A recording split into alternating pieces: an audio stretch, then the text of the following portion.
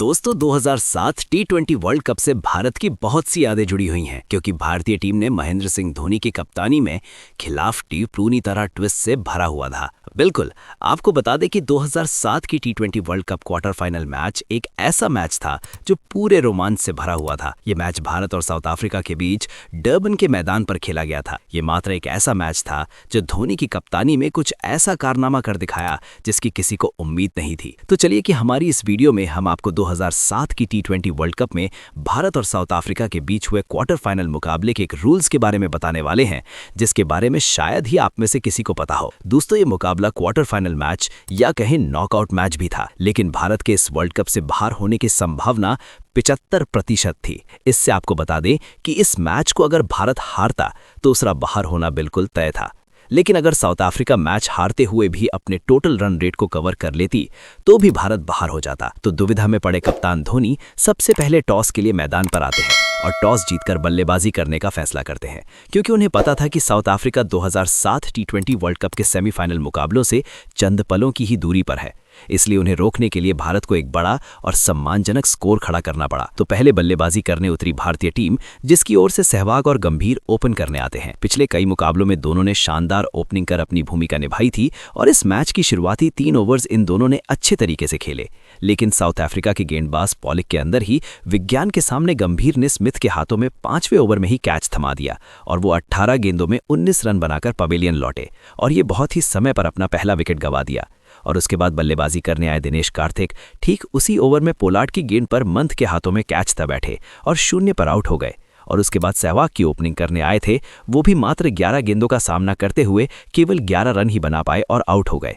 और double party की कमान संभालने वाले रॉबिन उथप्पा भी अपना विकेट खो बैठे और कुछ देर तक भारत 10वें ओवर में 61 रन बनाकर 4 विकेट खो चुका था।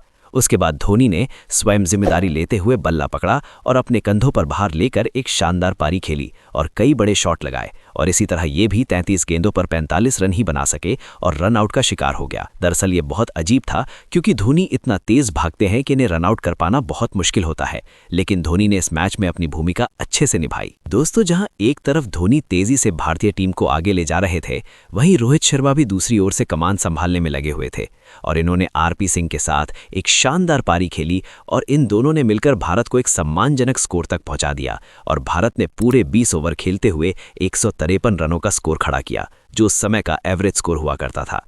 लेकिन कप्तान धोनी को अपने ऊपर विश्वास था कि वो भारत को विकेट के पीछे से जीत जाएंगे। लेकिन साउथ अफ्रीका किसी जीत की तलाश में नहीं, बल्कि उसने टोटल रन रेट को कवर करने के लिए ये मुकाबला खेल रहे थे, क्योंकि अगर साउथ अफ्रीका का रन रेट भारत से ज्यादा हो जाता तो भारत कभी क्वालिफाई नहीं कर पाता। लेकिन धोनी ने शानदार कप्तानी करते हुए दूसरा ओवर आरपी सिंह के हाथों में दे दिया, जो कि left arm medium fast bowler थे। अब तो भारतीय फैंस के दिल की धड़कनें और भी ज्यादा तेज होने लगी थी, क्योंकि पहले ही ओवर में एवरेस्ट रन आते हैं और भारतीय फैंस को डर था कि मीडियम फास्ट बॉलर कहीं साउथ अफ्रीका को पूरी तरह लय प्रदान नहीं कर देते। लेकिन कप्तान महेंद्र सिंह धोनी की स्ट्रैटेजी काम कर गई और आरपी सिंह ने अपने ओवर की दूसरी गेंद पर हर्षल गिब्स को एलबीडब्ल्यू आउट कर दिया और हर्षल गिब्स सिर्फ 1 रन बनाकर वापस पवेलियन पहुंच गए। और उसी ओवर में आरपी सिंह ने ग्रीम स्मिथ को सिर्फ 4 रन पर कार्तिक के हाथों में कैच देने पर मजबूर कर दिया और आरपी सिंह ने अपनी दूसरी सफलता प्राप्त की, जिसके बाद साउथ अफ्रीका अब मात्र 9 रनों पर 2 विकेट खो चुकी थी। और दूसरा विकेट के बाद मैदान पर आए दुनिया के सबसे बड़े बल्लेबाजों में से एक मिस्टर 360 डिग्री, जी हां, AB डिविलियर्स, जिनके फैन सिर्फ साउथ अफ्रीका में नहीं बल्कि खेल के दीवाने हमारे भारतीय टीम के कप्तान स्वयं विराट कोहली भी हैं। लेकिन दोस्तों, 2007 के टी20 वर्ल्ड कप में ये एक नए खिलाड़ी थे और साउथ अफ्रीका के 2 विकेट गिरने के कारण इनके ऊपर भी थोड़ा प्रेशर था, जिसके कारण ये स्वाभाविक खेल खेलकर अपनी टीम को संभालने के लिए आए थे। लेकिन आपको बता दें, इन्हें श्रीसंत की गेंद पर एलबीडब्ल्यू आउट कर दिया, जिसके चलते ये केवल 4 गेंदें खेलकर 1 ही रन बना पाए। लेकिन जहां एक तरफ साउथ अफ्रीका के 3 मुख्य विकेट गिर गए थे, ठीक उसी तरह ये बल्लेबाज रोहित शर्मा के अच्छे कैच के चलते जिस सिंध कैंप भी रन आउट हो गए, जिससे भारतीय टीम की सेमीफाइनल में क्वालिफाई करने की उम्मीद और भी ज्यादा बढ़ गई। लेकिन दोस्तों, आपको बता दें, जहां एक तरफ 4 विकेट के बाद भारत के जीतने की उम्मीद बढ़ती जा रही थी, वहीं दूसरी तरफ साउथ अफ्रीका के लिए एलबी मॉर्केल और मार्क बाउचर ने एक बड़ी साझेदारी की। एलबी मॉर्केल ने एक शानदार पारी खेलते हुए 26 गेंदों पर 36 रन बनाए और वहीं दूसरे छोर से मार्क बाउचर ने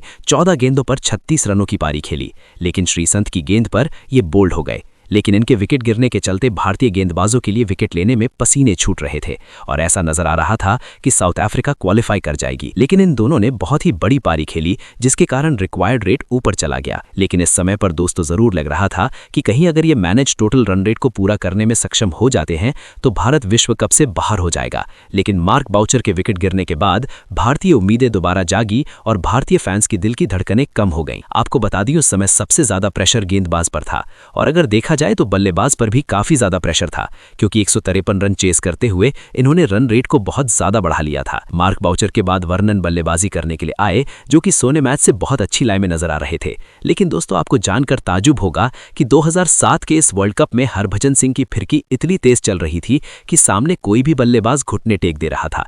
आपको बता दें कि वर्नन भी हरभजन सिंह की इस फिरकी का शिकार हुए। ये मात्र 5 गेंदों पर 2 रन बनाकर ही पवेलियन वापस लौटे। अब यहां से भारत की जान में जान आई, क्योंकि आगे जिन्हें बल्लेबाजी करने आ रहे थे वो सब कोलर थे और सिर्फ 3 रन ही बना पाए थे और 7 विकेट के नुकसान हो चुका था और 18वां ओवर प्रगति पर था। अब साउथ अफ्रीका को यह चिंता सता रही थी कि जिस तरह से उन्होंने बल्लेबाजी की है उस तरह से मैच को जीतना तो छोड़ो, ये अपना टोटल रन रेट भी कवर नहीं कर पाएंगे और अगर ये रन नहीं कवर हो पाया तो 2007 इनके लिए अच्छा नहीं रहेगा, या ये कहें कि 2007 टी20 वर्ल्ड कप से ये बाहर होना पड़ेगा। इसी प्रेशर में काफी देर से क्रीज पर खड़े एलबी मॉर्कल को भी आरपी सिंह ने आरपी कर दिया और साउथ अफ्रीका टीम 3 ओवर में 109 रनों पर 8 विकेट खो चुकी थी और मैच इनके हाथों से फिसलता हुआ दिखाई दे रहा था, या कह सकते हैं लगभग फिसल गया था। लेकिन तभी साउथ अफ्रीका को उम्मीद थी कि वो अभी भी सेमीफाइनल मुकाबला खेल सकते हैं, क्योंकि अभी भी साउथ अफ्रीका के लिए आखिरी ओवर बाकी थे और साउथ अफ्रीका क्वालिफाई करने के लिए 6 गेंदों पर 13 रन बनाने थे, जो कि मैच जीत के लिए आखिरी ओवर में करीब 40 रनों की दरकार थी। लेकिन हरभजन सिंह के आगे ये 13 रन भी पहाड़ जैसे हो गए थे। उन्होंने शुरुआती 4 गेंदों में बिना कोई रन दिए 1 विकेट हासिल कर लिया, जिसके बाद साउथ अफ्रीका को केवल 2 गेंदों पर 13 रनों की जरूरत थी और 1 गेंद मिस होने के बाद साउथ अफ्रीका की उम्मीदें और भी पूरी तरह से खत्म हो गई थी। 1 गेंद पर साउथ अफ्रीका को 13 रन बनाने थे और आखिरी गेंद पर चौका लगा, जिसके चलते इंडिया ने साउथ अफ्रीका को 37 रनों से करारी मात दी और सेमीफाइनल के लिए क्वालिफाई कर गया और 2007 का वर्ल्ड कप भी जीता। इसलिए ये मुकाबला भारत के लिए एक जानकार मुकाबला बन गया।